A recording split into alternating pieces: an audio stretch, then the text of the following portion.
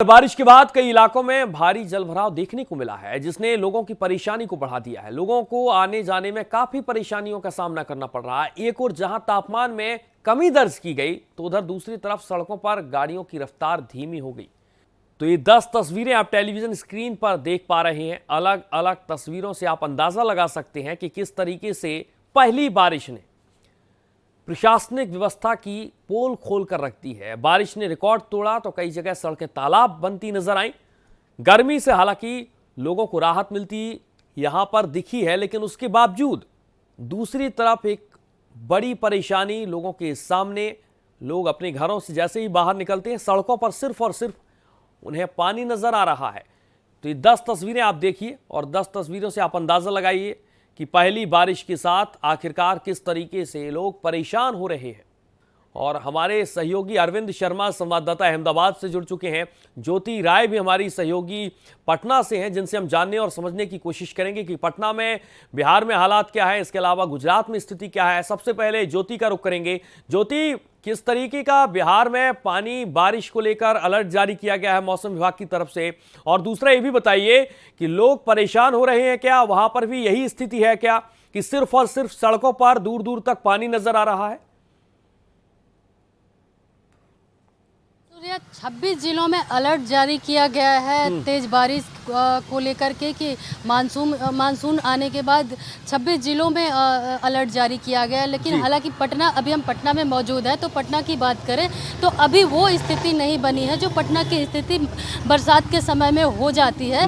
लेकिन आने वाले समय में नगर निगम के लिए चुनौती पूर्ण रहेगा ये बरसात, क्योंकि पटना की जो स्थिति होती है, जल जमाव कई इलाकों में हो जाता है और तमाम तरह की जो परेशानियां हैं, लोग घर से निकलने में लोगों को परेशानी होती है। हालांकि जो मंत्री हैं, नगर विकास मंत्री नितिन नवीन ने एक टीम बनाया है, क्विक रिस्पांस टीम, उसको लेकर के कि पटना के 75 जो वार्ड हैं उसमें 19 सेक्टर बनाया है। 19 सेक्टर में एक वाहन दिया है और उस पर एक अधिकारी दिया है कि किसी भी इलाके में अगर परेशानी होती है लोगों को, तो तुरंत एक कॉल नंबर भी जारी किया है, तो तुरंत कॉल करके और अपनी परेशानी बताएं। वहाँ जो जल जमाव और तमाम तरह की जो समस्याएं हैं उसको दूर किया जाएगा। लेकिन देखना है कि जो टीम बनी है और जो भी बात सरकार की तरफ से जो भी काम किया जा रहा है वो कितना जो है इफेक्टिव रहता है। हालांकि अभी वैसी कोई परेशानी पटना में नहीं है बरसात को लेकर। बिल्कुल, अभी बरसात को लेकर पानी में यहाँ पर लोग परेशान होते हुए नजर नहीं आ रहे हैं।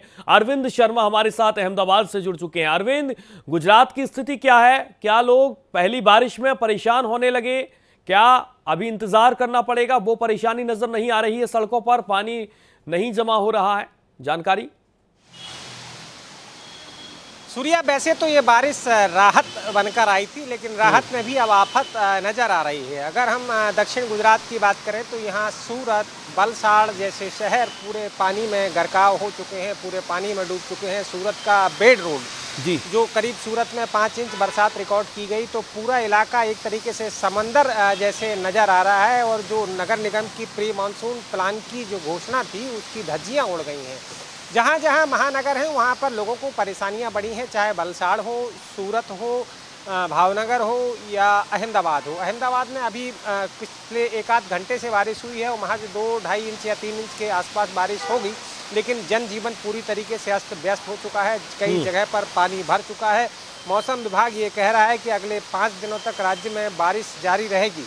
सौराष्ट्र में पिछले 3 दिनों से लगातार बारिश हो रही है और अब जो अलर्ट है वो पूरे गुजरात को लेकर दिया गया है, लेकिन भारी बारिश की संभावना नहीं बताई है। लेकिन बावजूद भी जो 2-3 इंच या 5 इंच तक जो बारिश हो रही है उसमें भी पूरी तरीके से लोग परेशान हो रहे हैं। ये कंक्रीट के जंगलों में पानी मिट्टी में नहीं जा पाता है, इसके कारण जगह जगह जल भराव की स्थिति बनी हुई है। वलसाड़ में हालात ये है कि कई जगह पर निचले इलाकों में घरों में पानी भरा हुआ है और यही हालात सूरत में है।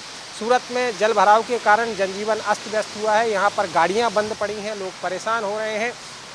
और नगर निगम की जो टीमें हैं वो लगातार ये कोशिश कर रही हैं कि इस आफत से लोगों को राहत दिलाई जाए, लेकिन जल भराव जितनी तेज़ी से हुआ है उतनी तेज़ी से निकास नहीं हो पा रहा है। जाहिर तौर पर मेंटेनेंस नहीं हुआ होगा, जो सीवरेज लाइन है उसका मेंटेनेंस नहीं हुआ और यही कारण है कि 5 इंच में भी सूरत शहर पूरी तरीके से तालाब नज़र आ रहा है। बलसाड़ की भी यही हालात है और अहमदाबाद में अभी बारिश की शुरुआत हुई है। अगर यूं ही बारिश जारी रहेगी तो अहमदाबाद में भी कमोबेश हालात ऐसे ही नज़र आएंगे। आप बने रहिए अरविंद, एक बार फिर से हम आपके पास लौटेंगे, लेकिन एक और सहयोगी हमारी मोहित शुक्ला जिनकी दिल्ली पर पैनी नजर है।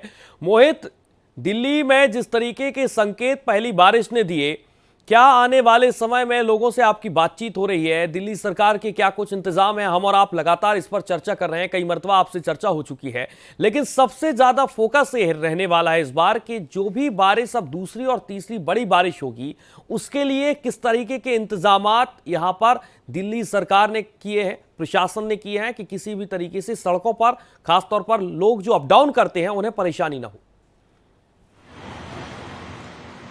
सूर्य, आपने पैनी नज़र का जिक्र किया, उसके लिए सबसे पहले आपका धन्यवाद। और जितनी पैनी नज़र है उससे ही ज़्यादा, और आप ये कहें कि उतनी ही तिरछी नज़र इस समय भगवान इंद्रदेव ने भी कर रखी है दिल्ली वालों के ऊपर। पता लग रहा है पता नहीं कौन सी नाराज़गी है, जो काम 88 सालों में नहीं हुआ वो दिल्ली में पहले 2 दिन में हो गया।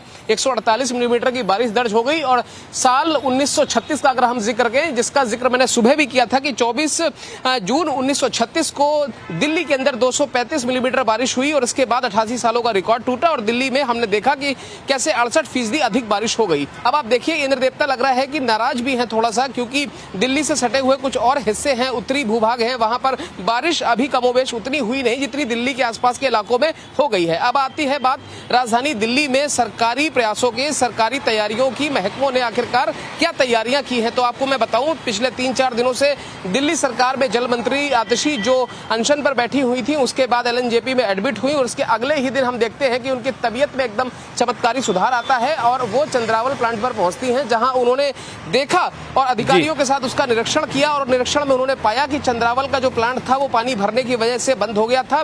वहां पर काम चालू है, 80% से ज्यादा उसको रिस्टोर कर लिया गया है और जल्द ही उसके शुरू होते ही दिल्ली में साफ पानी की सप्लाई भी शुरू हो जाएगी। इसके अलावा दिल्ली के जितने नाले हैं, जितने आसपास के, चाहे वो मिंटो रोड का इलाका हो, चाहे वो लोधी रोड का इलाका हो, आज मैंने सुबह खुद देखा कि मिंटो रोड का वो ब्रिज जिसके नीचे अक्सर बड़े बड़े कंटेनर, बड़ी बड़ी बसें, बड़ी बड़ी गाड़ियां डूब जाया करती हैं, उसके आसपास के सफाई के काम शुरू हो गए हैं। और ठीक उसी तरीके से मैंने देखा कि लोधी रोड का जो इलाका है, जिसमें हमने देखा कि सपा के सांसद हैं राम गोपाल यादव, उनको कंधे पर उठाकर लाया गया था, गोद में उठाकर लाया गया था और गोद में उठाकर उनको हमने देखा किस तरीके से गाड़ी में बिठाया गया। तो जो उनके आसपास वाला इलाका है लोधी रोड का, वो भी, उसकी भी साफ सफाई हो गई है। मतलब बारिश होगी तो वहां पर पानी इजिली निकल जाएगा। तो ठीक उसी तरीके से, चाहे वो पश्चिमी दिल्ली हो, उत्तर दिल्ली हो, नॉर्थ ईस्ट दिल्ली हो, नॉर्थ वेस्ट दिल्ली हो, सेंट्रल दिल्ली हो, दिल्ली का कोई भी इलाका है, अगर भारी बारिश होती है तो मुकम्मल तैयारियां की गई हैं। मैं फिर भी कहूंगा तैयारियां मुकम्मल होती हैं, पर इंतजाम जो होता है, इंतजाम के हिसाब से जो अंजाम होता है वो ही मुकम्मल अंत तक नहीं पहुंच पाता है और अक्सर वाटर लॉगिंग जैसी समस्या देखने को मिलती है। मोहित, आप बने रहिए और जिस तरीके के आप फैक्ट बता रहे हैं वो वाकई में दिल्ली के लिए बहुत तमाम तरह की अहम जानकारियां हैं, खासकर बारिश को लेकर तमाम तरह के इंतजाम किस तरीके से प्रशासन की तरफ से यहां पर किए गए हैं। लुटियंस जोन का जिस तरीके का आप जिक्र कर रहे हैं बहुत बेहद महत्वपूर्ण है। रामगोपाल यादव, समाजवादी पार्टी के कद्दावर नेता, उनका बंगला किस तरफ यहां पर पानी को लेकर वो परेशान हो रहे हैं, गाड़ी में उन्हें बाकायदा ले जाया जा रहा है। ये तमाम तरह की बड़ी चुनौतियां हैं दिल्ली, खासकर लुटियन जोन को लेकर। अरविंद का एक बार फिर से रुख करेंगे। अरविंद, गुजरात का आप जिक्र कर रहे हैं, सिर्फ और सिर्फ अहमदाबाद या फिर तमाम दूसरे शहरों का भी यही कमोबेश हाल है जिस तरीके का यहां पर हाल अहमदाबाद में हम देख पा रहे हैं?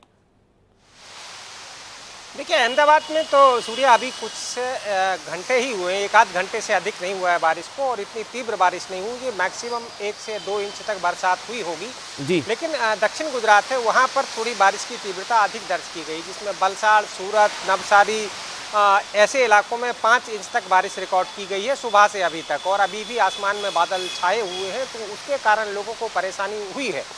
वलसाड़ में कई निचले इलाकों में पानी भरा है जल भराव के कारण और सूरत में भी कमोबेश यही हालात है। तो ये जो समस्या है ये महानगरों की समस्या है, वाटर लॉगिंग महानगरों की समस्या है।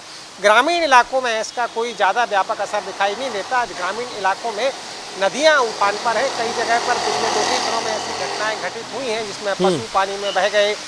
सूरत में एक शख्स के ऊपर एक झाड़ गिर गया जिसमें उस शख्स की मौत हुई है। ऑटो रिक्शा ड्राइवर था, उसके ऊपर एक झाड़ गिर गया।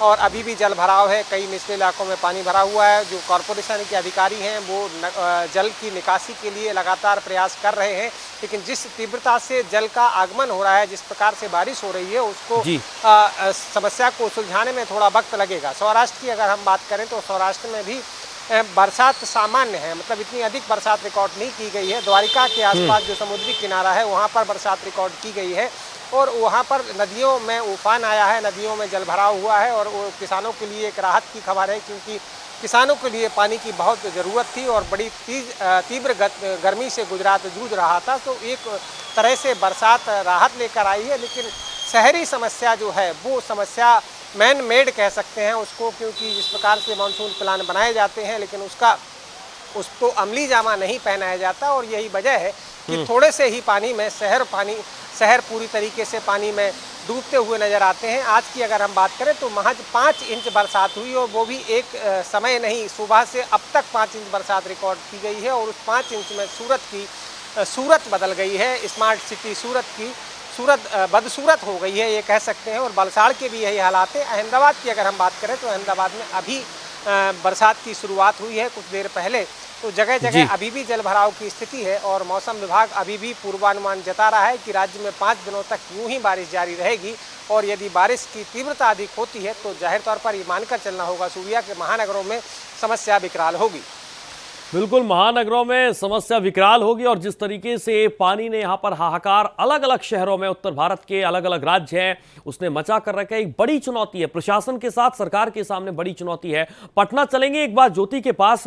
ज्योति, पटना राजधानी है बिहार की और अलग अलग शहरों में अगर हम गौर करते हैं, नजर दौड़ाते हैं तो उनके हालात क्या है, नीतीश सरकार ने किस तरीके के इंतजामात किए हैं, खासकर प्रशासन को किस तरीके के एहतियात बरतने के निर्देश दिए हैं, क्योंकि सड़कों पर पानी एक बड़ी चुनौती होता है।